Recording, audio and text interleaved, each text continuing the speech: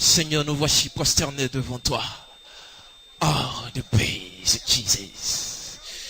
Oh, peuple de Dieu. Enemy King says, dispose ton cœur, serviteur et servante de Dieu. Dispose ton cœur, parce que ton Dieu est présent. Celui que tu aimes est présent. Celui qui connaît ton cœur est présent. Celui qui sait te consoler est présent. Celui qui sait essuyer tes larmes est présent. C'est lui, Jésus-Christ de Nazareth. Il est là. Il est présent. Oh, the Jesus. Oh, the Jesus. Prosterne ton cœur devant l'Éternel. Parce que Dieu, celui qui est dans les cieux, celui qui est dans ton cœur, le Saint-Esprit, le véritable Dieu, celui-là même, Jesus, qui a fait les cieux et la terre, oh, Jesus, et tout ce que la terre contient, et tout ce que le monde contient, c'est lui qui mérite ton adoration ce soir. C'est lui seul qui mérite ton cœur que ce soir. Prosterne-toi devant Dieu. Prosterne-toi devant ton roi. Alléluia. Quelle est ta position? Alléluia. Oui, toi, mon frère. Quelle est ta position? Oh, bien-aimé. Oh, oui, toi, quelle est ta position? ma sœur. Où te trouves-tu, bien-aimé? Quelle est ta position? Où est-ce que tu te trouves? Oh, oui, toi, serviteur, béni de Dieu, où est-ce que tu te trouves? Oui, toi, ma sœur, qui sera ton témoin devant l'Éternel Dieu? Oh, serviteur de Dieu, qui sera ton avocat devant Dieu et ses anges? Seigneur, merci. Qui sera ton témoin devant l'Éternel Dieu? Oh, qui sera? Est-ce que tout le monde dans la salle peut se mettre à genoux? À genoux. Ses anges. C'est vrai que tu es chrétien, parce que tous les dimanches tu es présent. Si ta vie est souillée, et si tu mourais ce soir? oh oui, mon frère, Jésus sera déçu de toi. Qui sera? Et si tu mourais ce soir?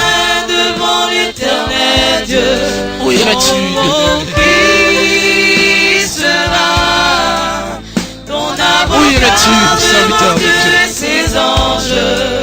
Et si tu mourais ce soir? Qui sera? Où irais-tu, fidèle serviteur de l'Éternel? Dieu? Où irais-tu? Oh, qui sera? Prosterne-toi devant Dieu. Avocat devant Dieu et ses anges.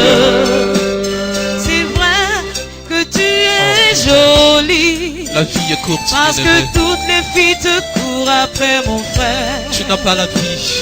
Si ta tu possession. n'as pas Jésus, oh oui, mon frère, Jésus sera déçu de toi. Seigneur, nous voici prosternés devant toi. Oh, the praise Jesus. Oh, peuple de Dieu.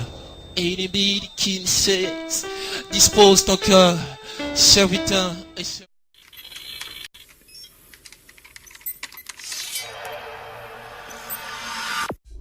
Puisque l'approche scientifique ne permet pas de trancher la question, il faut se tourner vers d'autres indices pour trouver la réponse.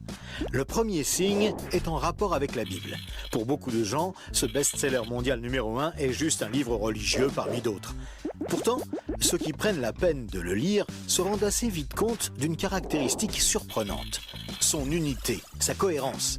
Bien que sa rédaction ait demandé 1500 ans, elle nous dévoile un propos cohérent qui s'est construit progressivement au cours des siècles et qui apparaît au final comme un édifice impeccable, majestueux, et qui dépasse totalement ceux qui l'ont construit. Des premières pages aux derniers mots, elle est centrée autour d'un même sujet, la connaissance de Dieu, le Messie et le plan du salut divin pour l'humanité. Pour celui qui ne connaît rien à la Bible, cette affirmation peut paraître un peu fumeuse. Pour lui, c'est juste des mots, des concepts abstraits, de la spiritualité, sans rapport avec le monde réel. Mais pour celui qui la lit et cherche un peu, l'évidence devient de plus en plus écrasante que quelqu'un, derrière ce livre, au travers de centaines d'épisodes, de miracles, de prophéties et d'événements surnaturels, quelqu'un a construit un message qui nous est adressé. Par exemple, Moïse expose clairement la base de la relation avec Dieu et annonce la venue du Messie. 5 siècles plus tard, David, parmi d'autres, prophétise les détails de la crucifixion tout en engendrant les ancêtres de Jésus.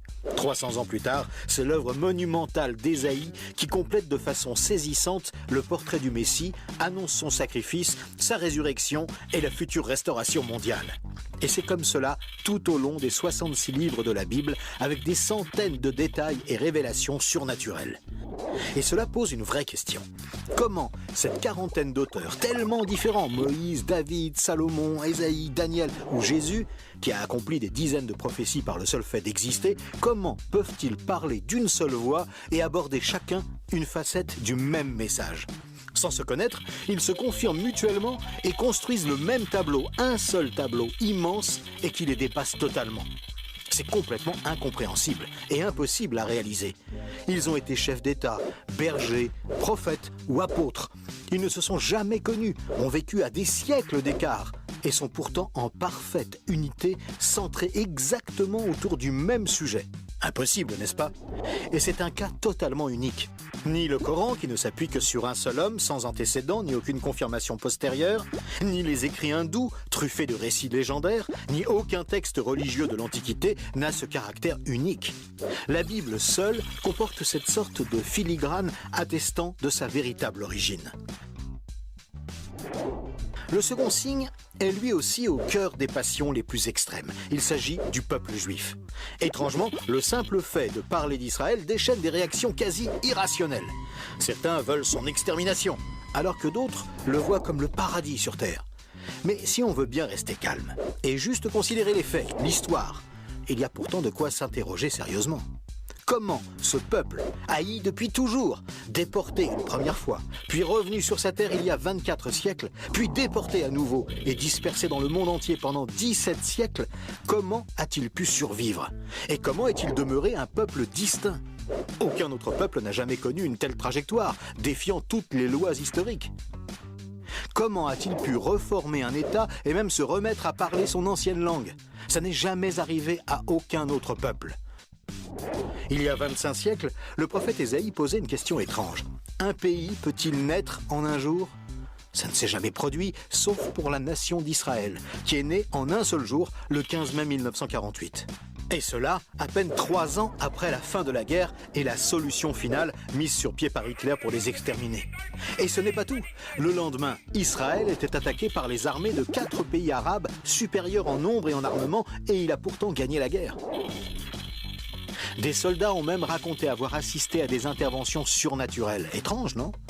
Par la suite, malgré le rideau de fer, des milliers ont émigré de l'ex-URSS, accomplissant une antique prophétie qui mentionnait le retour des Juifs depuis le pays du Nord.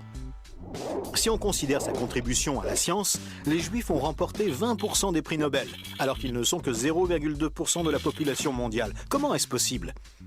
150 ans avant, ce n'était qu'un pays désolé, entièrement livré à la mauvaise herbe. Et aujourd'hui, on en parle comme d'un miracle d'agriculture. Ésaïe avait prédit que même le désert refleurirait.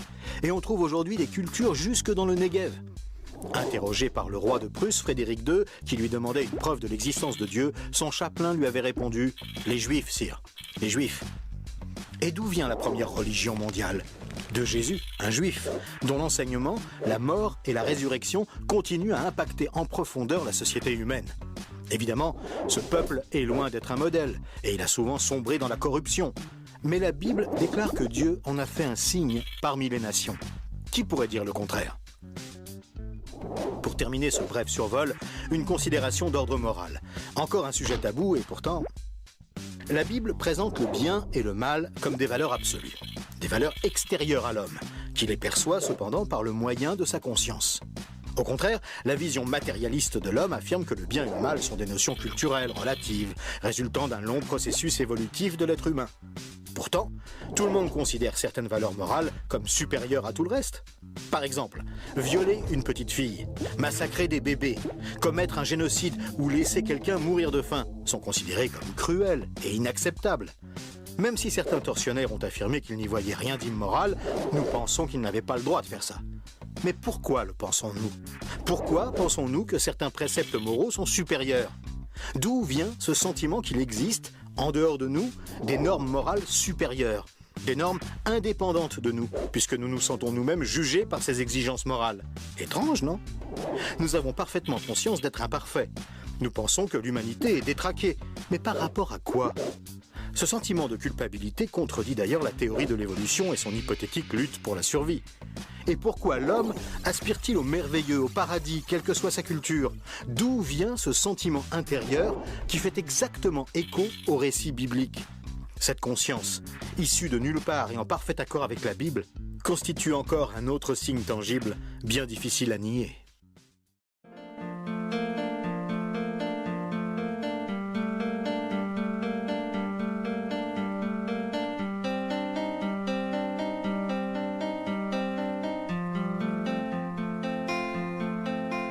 Tu marches comme un aveugle qui sait pas où il va. Tu marches comme un sourd qui n'entend rien du tout. Tu t'en fous des dieux, tu te moques de sa Bible. Mais un jour,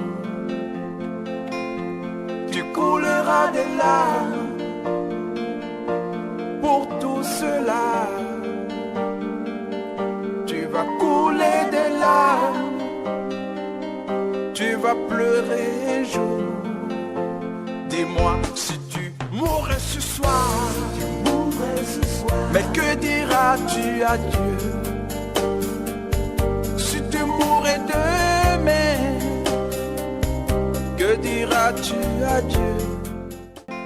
Tu marches comme un aveugle qui sait pas où il va. Tu marches comme un sourd qui n'entend rien du tout. Tu t'en fous des dieux, tu te moques de sa Bible. Mais un jour, tu couleras des larmes pour tout cela. Tu vas couler des larmes, tu vas pleurer un jour. Dis-moi si tu mourrais ce soir, mais que diras-tu à Dieu? Si tu mourrais demain, que diras-tu à Dieu? Mais si tu mourrais ce soir, que diras-tu à Dieu? Si tu mourrais demain, que diras-tu à Dieu?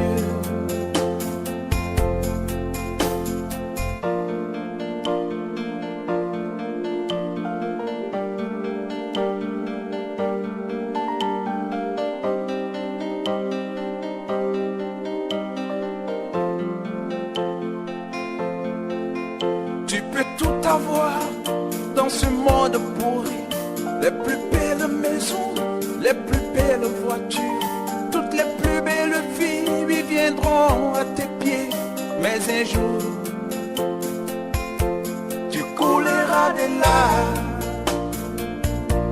pour tout cela. Tu vas couler des larmes, tu vas pleurer un jour. Dis-moi si tu mourrais ce soir, mais que diras-tu à Dieu? Si tu mourrais demain, que diras-tu à Dieu? Si tu mourrais ce soir,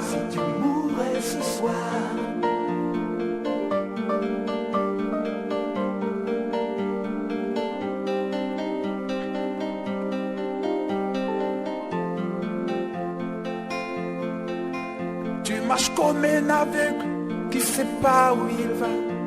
Tu marches comme un sourd qui n'entend rien du tout.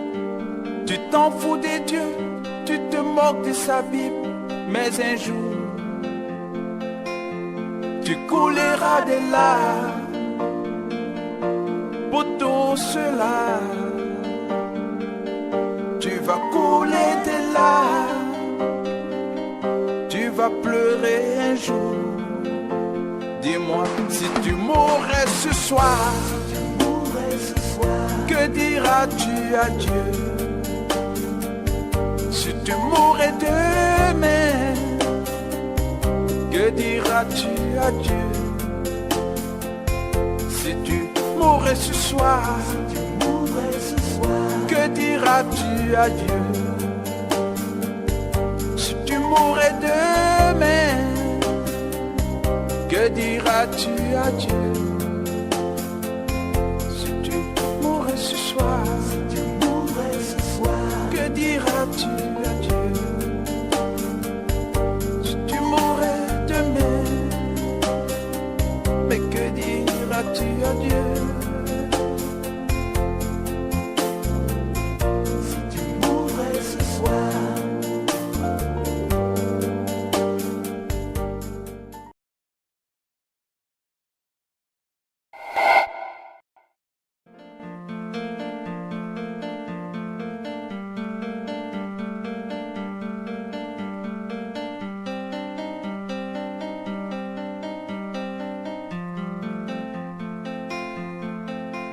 Tu marches comme un aveugle qui sait pas où il va.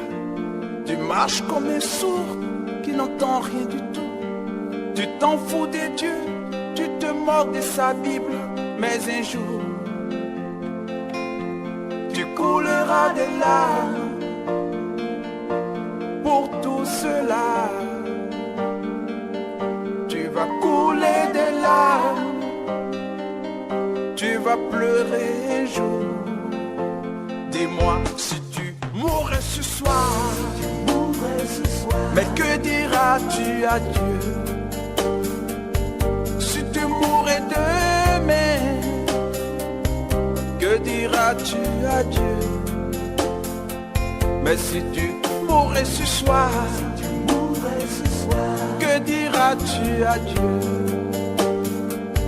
Si tu mourrais demain, que diras-tu à Dieu?